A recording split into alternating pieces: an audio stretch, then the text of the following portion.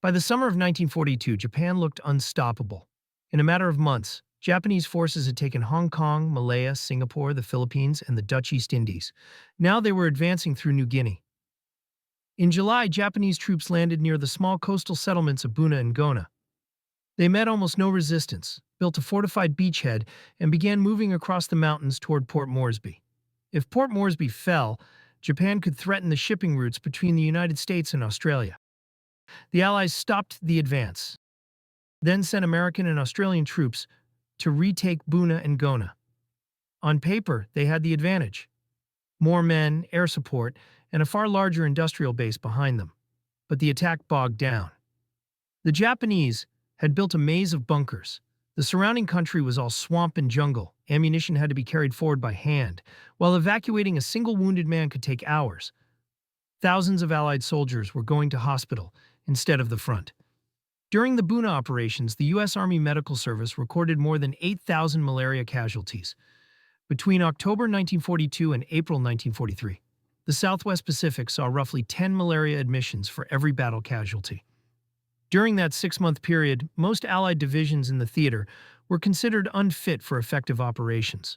Australian soldier Jim Grebert later recalled, "I don't know how many times I had bloody malaria.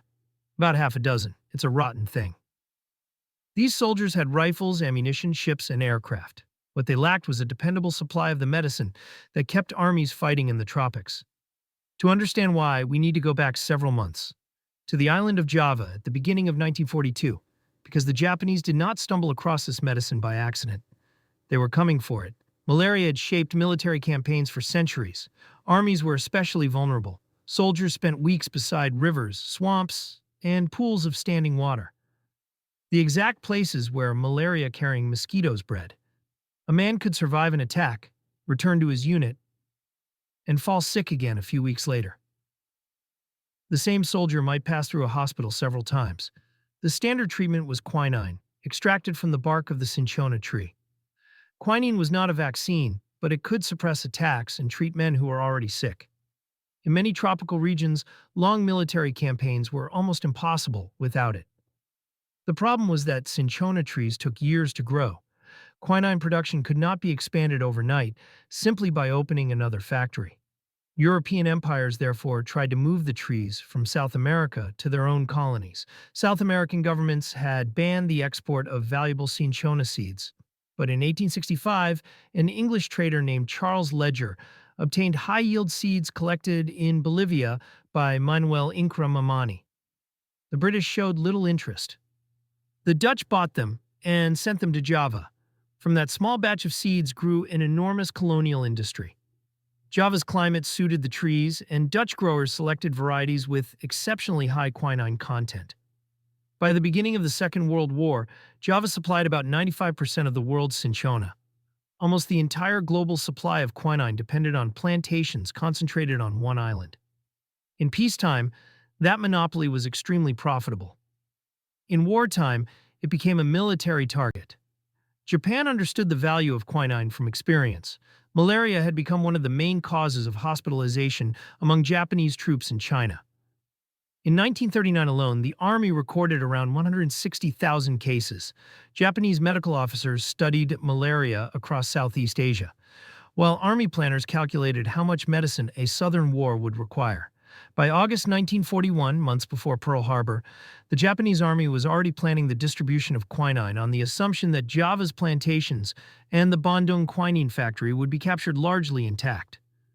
In January 1942, while Java was still under Dutch control, two Japanese agencies drew up supply plans calling for 430 and 530 metric tons of quinine. The drug was allocated in advance to Japan, Japanese forces in China, the coming campaigns in the South, occupied territories, and Japan's allies. Java had not yet been invaded, but its quinine had already been counted. The Japanese 16th Army landed on Java on March 1, 1942. The Bandung factory was captured almost intact. The Japanese seized roughly 58 metric tons of finished quinine, more than 2,000 tons of selected cinchona bark, and the materials needed to continue production. Japan's plans called for hundreds of tons. Only 58 tons were in finished form. The mountain of bark still had to be moved, processed, packaged, and distributed. Japanese planners expected the factory to produce hundreds of tons a year. Like oil and rubber, quinine had been counted, allocated, and built into Japan's war plans. For the Allies, the fall of Java meant losing access to 95% of the world's cinchona supply. According to Britain's official medical history, the Allies were left with little more than a year's supply of quinine. A global stockpile was not the same as medicine at the front. Quinine could be sitting in Britain or the United States, while soldiers were falling sick in New Guinea. The remaining supply had to be conserved, mainly for treating men who were already ill.